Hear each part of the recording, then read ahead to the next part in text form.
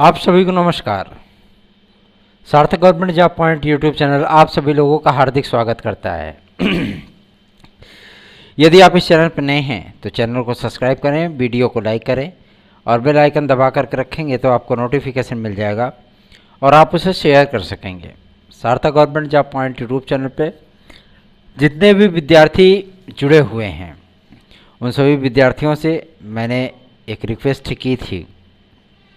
उस रिक्वेस्ट को अभी तक आप लोगों ने फुल फिलअप करते हुए नहीं दिख रहे हो, है ना। चलिए खबरों की शुरुआत करेंगे। सर्वप्रथम आप सभी लोगों को एक महत्वपूर्ण सूचना हमें देनी है। जो अहर्ता संबंधी विवाद रहे हैं उन सभी विवादों का निराकरण आज की डेट में हो गया। आज मैं स्वयं लोक सेवा आयोग उपस्थित हुआ और लोक सेवा आयोग में उन तमाम मुद्दों को लेकर के सचिव महोदय से स्पष्टीकरण प्राप्त करने का प्रयत्न हमारे माध्यम से किया गया, जो कि विद्यार्थी जीवन के लिए बेहद महत्वपूर्ण है। आप सभी लोगों को एक एक करके सारी अपडेट दूंगा।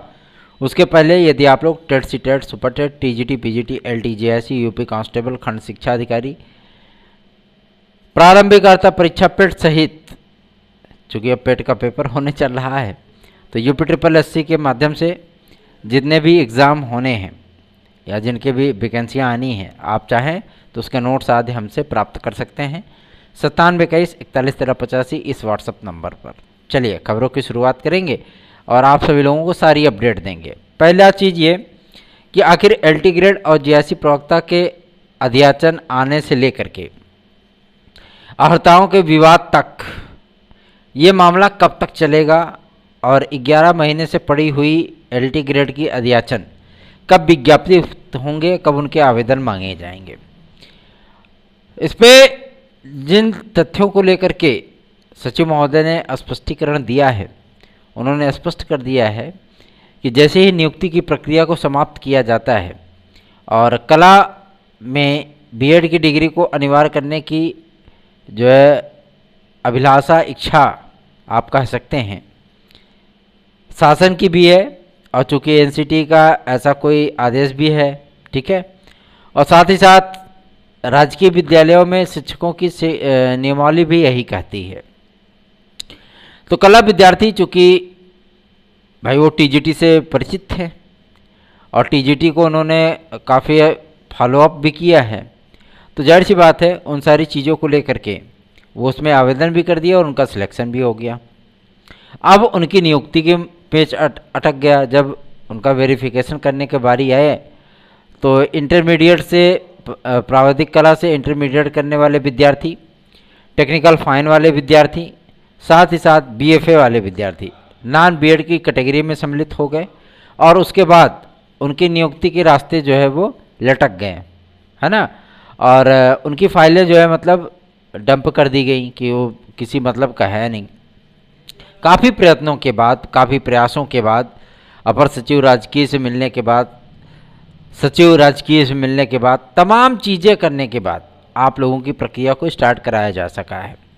रही बात आपके चाहे वो प्राविधिक वाले विद्यार्थी हों, चाहे वो टेक्निकल फाइन वाले हों या बीएफए वाले हों, हर विद्यार्थी हमारा अपना है, हर विद्यार्थी हमारे भाई बहन हैं और आप सभी लोगों के लिए सार्थक तरीके से प्रयत्न करना हमारा दायित्व बनता है। हम अपने दायित्वों का निर्वहन तो अवश्य करते हैं, किंतु आप लोग थोड़ा सा पीछे हो जाते हो, ठीक है। बात करेंगे कि आखिर कला की अहर्ता और हिंदी की अहर्ता क्या एडेड आपके अर्धशासकीय सहायता प्राप्त विद्यालयों जैसी रहेगी या इसमें राजकीय विद्यालयों की शिक्षक सेवा नियमावली को ध्यान में रखते हुए बीएड जैसी डिग्री को जो है कंपल्सरी किया जाएगा। इस पर सचिव महोदय ने स्पष्ट कर दिया है कि शासन ने जो प्रस्ताव जो बना करके भेजा गया है, इसमें जो है संशोधन आदि के लिए, चूँकि ये संबंधित है आपके किससे, ये संबंधित है आपके एलटी ग्रेड कला विद्यार्थियों की नियुक्तियों से, ठीक है, क्योंकि इन्हीं का तो मैटर लटका हुआ है, ठीक है। 290 विद्यार्थी आपके कला के हैं एलटी ग्रेड के और लगभग 280 के लगभग 262 के लगभग आपके जीआईसी के विद्यार्थी हैं और लगभग 50+ जो है वो हिंदी के विद्यार्थी हैं, ठीक है। हिंदी के विद्यार्थियों में ये पेच फंस रहा है कि उन्होंने विज्ञापन आने के बाद, आने के मतलब बाद, और विज्ञापन के अंत होने के पहले जो है अपनी अर्हता को कंप्लीट नहीं किया, जिसकी वजह से उनकी नियुक्तियां लटकीं, ठीक है। लेकिन संस्कृत की अनिवार्यता से छूट इन विद्यार्थियों को इंटरमीडिएट लेवल पर प्रदान की जाए, लेकिन इसकी शर्त जो है आपको रख दिया गया किसमें, ग्रेजुएशन में। भाई अगर इधर आपको रियायत दी जाएगी तो उधर तभी वो चीज़ें हो सकती हैं जब आपका इंटरमीडिएट में होगा वो चीज़, है ना। संस्कृत विषय आपका इंटरमीडिएट में होगा तो ही आप जो है मतलब उसको ग्रेजुएशन में ले सकते हैं। इन तमाम चीज़ों को ध्यान में रखते हुए कि अगर संस्कृत की अनिवार्यता से छूट दी जाती है तो ग्रेजुएट करने वाले विद्यार्थी को जो बीएड होंगे वो विद्यार्थियों को क्या हिंदी की अर्हता दी जा सकती है, वो फॉर्म अप्लाई कर सकते हैं। इसके संबंध में विश्वविद्यालय अनुदान आयोग का कहना है कि डिग्रियां सेम होती हैं और इस तरीके का कोई भी फाउंडेशन हिंदी विषय को पढ़ाने के लिए अनिवार्य नहीं किया जा सकता, क्योंकि आप जानते हैं कि अनिवार्य संस्कृत के रूप में एक पूरा का पूरा जो है चैप्टर ही होता है, एक प्रश्न पत्र ही होता है इंटरमीडिएट लेवल तक। तो जाहिर सी बात है विद्यार्थियों को संस्कृत पढ़नी ही पड़ती है, चाहे वो संस्कृत के विद्यार्थी हों अथवा ना हो, ठीक है। हिंदी में अनिवार्य संस्कृत सभी विद्यार्थियों को पढ़ना पड़ता है समान रूप से। तो वो जिसको संस्कृत की जानकारी होगी ही नहीं, क्या वो संस्कृत पढ़ा पाएगा, ठीक है। अगर इन सारी चीज़ों को ध्यान में रखा जाए तो विद्यार्थी लटकते हुए नजर आ रहे हैं, ठीक। मतलब इनको संस्कृत की रियायत अनिवार्यता से छूट नहीं मिल पाएगी, है ना। इसमें आपका अनिवार्य संस्कृत का चैप्टर ही आप सभी लोगों के लिए सबसे बड़ा बाधक बन रहा है, ठीक है। और प्रयास यही है कि संस्कृत की अनिवार्यता आप सभी लोगों के लिए थोड़ा सा उसके नियम कानून जो है ढीले ढाले किए जाएं, जैसा कि एलटी ग्रेड में तो फिलहाल होता हुआ दिख रहा है, लेकिन आपकी टीजीटी में वही सेम अर्हता रखी गई जो कि आपकी पिछली भर्तियों में रही है, ठीक है। तो मुमकिन है कि आप लोगों को संस्कृत की अनिवार्यता से छूट शायद ना मिल पाए, ठीक, क्योंकि अनिवार्य संस्कृत को पढ़ाने के लिए संस्कृत का होना अनिवार्य है, तभी आप संस्कृत पढ़ा पाएंगे, ठीक है। पता लगे हिंदी के टीचर आप हो गए और आपको अनिवार्य संस्कृत पढ़ाना नहीं आता है तो संस्कृत का अध्यापक थोड़ी ना संस्कृत पढ़ाने जाएगा वहाँ पे, ठीक है। आप बात समझ रहे हैं ना आप हमारी। इन सारे मुद्दों को लेकर के सचिव महोदय ने स्पष्ट किया है कि यही सारी चीज़ें शासन से कन्फर्म करने के लिए कही गई हैं कि अगर इन सारी चीज़ों को माना जाए, इनको कोर्ट में चुनौतियां न दी जा सके, तो हम ये संशोधन करने के लिए पूरी तरीके से तैयार हैं, ठीक है। आगे बढ़ेंगे, अब बात करेंगे आपके प्राविधिक टेक्निकल फाइन बीएफए वाले विद्यार्थियों के लिए। तो ये नॉन बीएड की कैटेगरी में आते हैं, ठीक है, नॉन बीएड की कैटेगरी में। लेकिन जीआईसी कॉलेजों में, राजकीय विद्यालयों में आप सभी लोगों को नियुक्त होने के लिए बीएड की डिग्री अनिवार्य है, ठीक है। बीएड की डिग्री का अनिवार्य होना कई विद्यार्थियों के लिए समस्या का सबब बन चुका है। लेकिन प्राविधिक से इंटरमीडिएट करने वाले विद्यार्थी, ग्रेजुएशन करने वाले विद्यार्थी, कला विषय से जिन्होंने ग्रेजुएशन कर रखा है, और जो बीएड हैं, ठीक है, प्राविधिक कला से हैं लेकिन वो बीएड हैं, ऐसे विद्यार्थियों की नियुक्तियां बहुत जल्दी ही होंगी। अब विद्यार्थी ये सोचेंगे नॉन बीएड वाले कि हमारी नियुक्तियां नहीं होंगी क्या, हम टेक्निकल से हैं, फाइन से हैं, बीएफए से हैं, हम प्राविधिक कला हैं, नॉन बीएड हैं, हमारे पास बीएड की डिग्री नहीं, हम सेलेक्टेड हैं, तो जाहिर सी बात है क्या हमारी नियुक्तियां होंगी? अवश्य होंगी, सभी की नियुक्तियां होंगी, क्योंकि प्रक्रिया अभी स्टार्ट हो चुकी है आपकी। आगामी समय में विज्ञापन कब तक आएगा एलटी ग्रेड और जीआईसी प्रवक्ता का, इस संबंध में जब सचिव महोदय से सवाल जवाब किया गया तो उन्होंने स्पष्ट कर दिया है कि हमारी तरफ से कोई भी ढिलाई नहीं है, ठीक है। हमारी तरफ से पूरी तैयारी हमारी पूरी कंप्लीट है। हमने पूरे 13,000 पदों के सत्यापन भी कर रखे हैं। हमने पूरे जीआईसी के प्रवक्ता के 4200 पदों के सत्यापन कर रखे हैं, ठीक है। और विज्ञापन भी हमारा लगभग बन करके तैयार है। विषयों की अहर्ता के सामने जिन विषयों में कोई विवाद नहीं है वो सारी चीज़ें डिक्लेयर कर दी गई हैं। जैसे संस्कृत विषय हो गया, इसमें कभी कोई विवाद नहीं होता, ठीक है। ग्रेजुएशन होना चाहिए या आचार्य की उपाधि होनी चाहिए, ठीक है। उत्तर मध्यमा क्या क्या होता है संस्कृत विश्वविद्यालय आपके संपूर्णानंद से, अगर आप उसके समकक्ष आते हैं तो वो होना चाहिए, है ना। ये तमाम चीज़ें जो है विद्यार्थियों के लिए अनिवार्य, इसीलिए उसका जो है पूरा वेरिफिकेशन कर लिया गया है। अब मुद्दा सिर्फ आपके संस्कृत आपके हिंदी और कला विषय को लेकर के फंसता है, इसीलिए आपका विज्ञापन थोड़ा सा डिले हुआ। थोड़ा सा डिले होने का मतलब यह नहीं है कि आपका विज्ञापन 2-4 महीने आगे जाएगा या जो मतलब 2023 में इसका विज्ञापन जारी होगा। उन्होंने स्पष्ट कर दिया है कि शासन को 10 दिन का वक्त दिया गया है। हमारे माध्यम से शासन से 10 दिन का वक्त इसलिए मांगा गया है कि आप उसमें क्लियरेंस डालिए, क्लियर करिए मैटर को, ताकि विज्ञापन को जारी किया जा सके। ठीक है, और उन्होंने स्पष्ट कर दिया है कि अक्टूबर माह में विज्ञापन इसका जारी कर दिया जाएगा। मतलब एलटी ग्रेड जेएससी प्रवक्ता का विज्ञापन नवंबर में जाने की संभावना बेहद कम है। ठीक, आगे बढ़ेंगे। अब बात करेंगे कि अगली अपडेट क्या थी वहाँ की। तो अगली अपडेट ये थी कि जब उनसे बातचीत किया गया कि आपके एलटी ग्रेड में जिन विषयों के प्रतीक्षा सूची जारी होनी है उन विषयों की क्या स्थितियाँ हैं, तो उन्होंने कहा कि हमारे पास कई ऐसे विषय हैं जिनमें पदों की संख्या 0 है। जैसे हिंदी विषय हो गया, उसमें पदों की संख्या 0 है। ठीक है, गृह विज्ञान हो गया, उसमें पदों की संख्या 0 है। गणित विषय हो गया, उसमें पदों की संख्या 0 हो चुकी है। तो जाहिर सी बात है इन विषयों के जो कंप्यूटर साइंस वगैरह के थे विद्यार्थी उतने मेरिट को क्वालिफाई ही नहीं कर पाए, क्योंकि 40% 45% की मार्किंग का जो है बाउंडेशन रखा जा रहा है। तो जाहिर सी बात है विद्यार्थी उतने पास ही नहीं हो पाए जितने कि लोक सेवा आयोग ने डिमांड की थी। ठीक है, तो उनके अब कोई भी वेटिंग लिस्ट जारी नहीं होंगे, सीधी सी बात है, एकदम डिक्लेयर है। ठीक है, मतलब कंप्यूटर साइंस का कोई भी वेटिंग लिस्ट जारी नहीं होगा।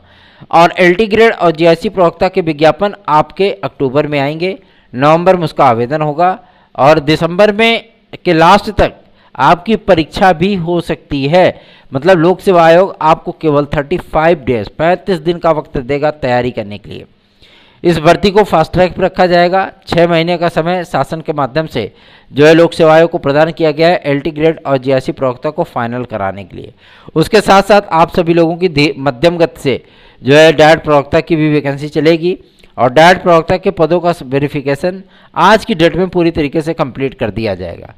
और इस बात को स्पष्ट कर दिया गया है कि अर्हता संबंधी जो विवाद है उस विवाद का पूरी तरीके से निपटारा, पूरी तरीके से पटाक्षेप 10 दिन के भीतर हो जाना है। मतलब स्पष्ट है कि दीपावली के पहले आपका एलटी ग्रेड जेएससी प्रवक्ता और खंड शिक्षा अधिकारी का विज्ञापन जारी किया जा सकता है। खंड शिक्षा अधिकारी के बारे में पूछने पर उन्होंने इस बात के लिए स्पष्ट कर दिया कि शासन के पास फाइल भेजी गई, अभी तक हमारे पास फाइल वापस नहीं आई है और ये शासन के पत्र के साथ हमें फाइल मिलती है तत्काल खंड शिक्षा अधिकारी का विज्ञापन जारी किया जाएगा। जब खंड शिक्षा अधिकारी के सिलेबस आदि के बदलाव के विषय में उनसे पूछा गया तो उन्होंने कहा कि समय समय पर अपडेट किए जाते रहते हैं सिलेबस, और ये मुमकिन भी है कि खंड शिक्षा अधिकारी के प्री और मेंस के सिलेबस बदले जा सकते हैं, उसमें कुछ नई चीज़ें जोड़ी जा सकती हैं, कुछ पुरानी चीज़ों को हटाया जा सकता है। ठीक है, आगे बढ़ेंगे। अब बात करेंगे आपके एडेड जूनियर के लिए। तो देखिए एडेड जूनियर हाई स्कूल शिक्षक भर्ती का जो मेरिट आदि जारी होनी है वो आपकी 20 तारीख के बाद जारी होगी। ठीक है, इसके लिए भी आज पीएनपी सचिव से हम लोग मिले थे तो उन्होंने इस बात को स्पष्ट कर दिया कि हमारे पास जितने डेटा थे एडेड जूनियर से संबंधित सारे डेटा को हमने कैरी फॉरवर्ड कर दिया। कहाँ पे? एससीईआरटी ने रिजल्ट आपका डिक्लेयर कराया और रिजल्ट डिक्लेयर होने के बाद जो है अब मेरिट सूची बना ली गई है, पूरी तरीके से बन गई है।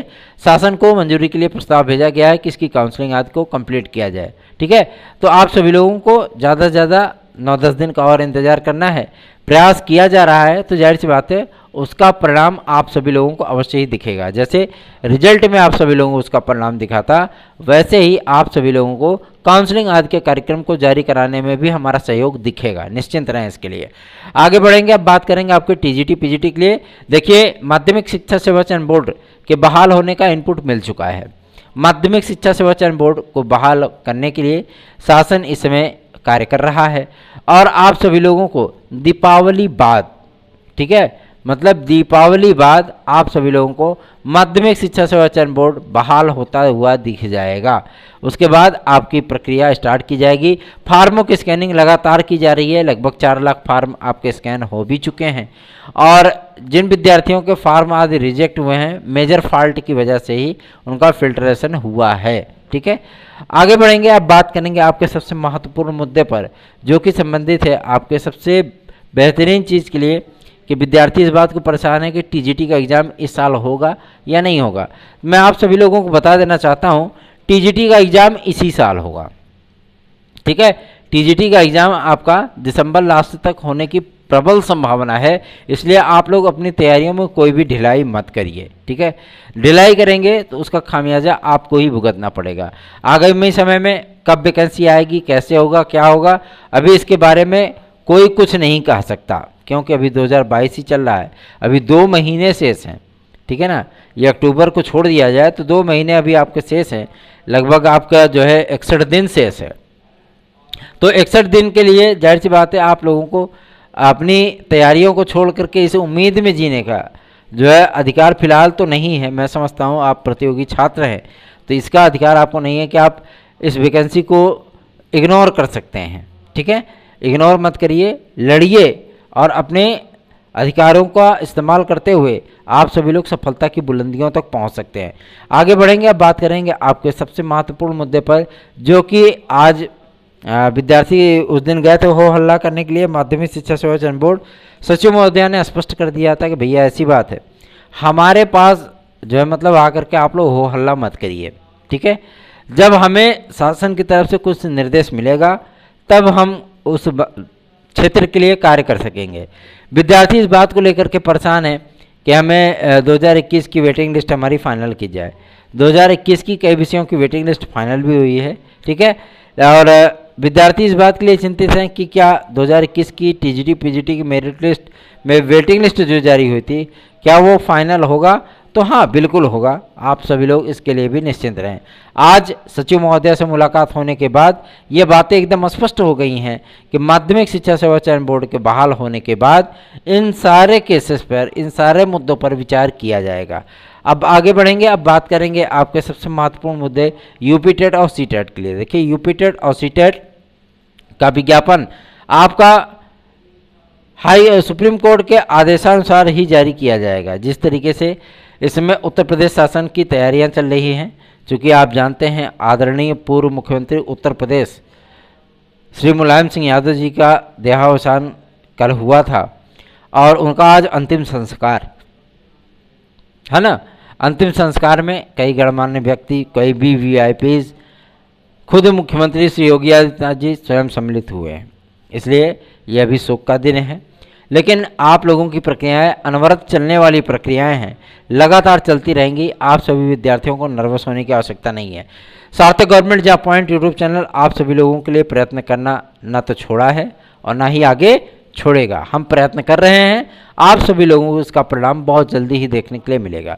पॉजिटिव रहिए, सकारात्मक रहेंगे तो सकारात्मक ऊर्जा आपके अंदर जब भरेगी तो आप सभी लोग बेस्ट ऑफ बेस्ट कर सकेंगे, ठीक है। धन्यवाद, आप सभी लोगों का दिन शुभ हो।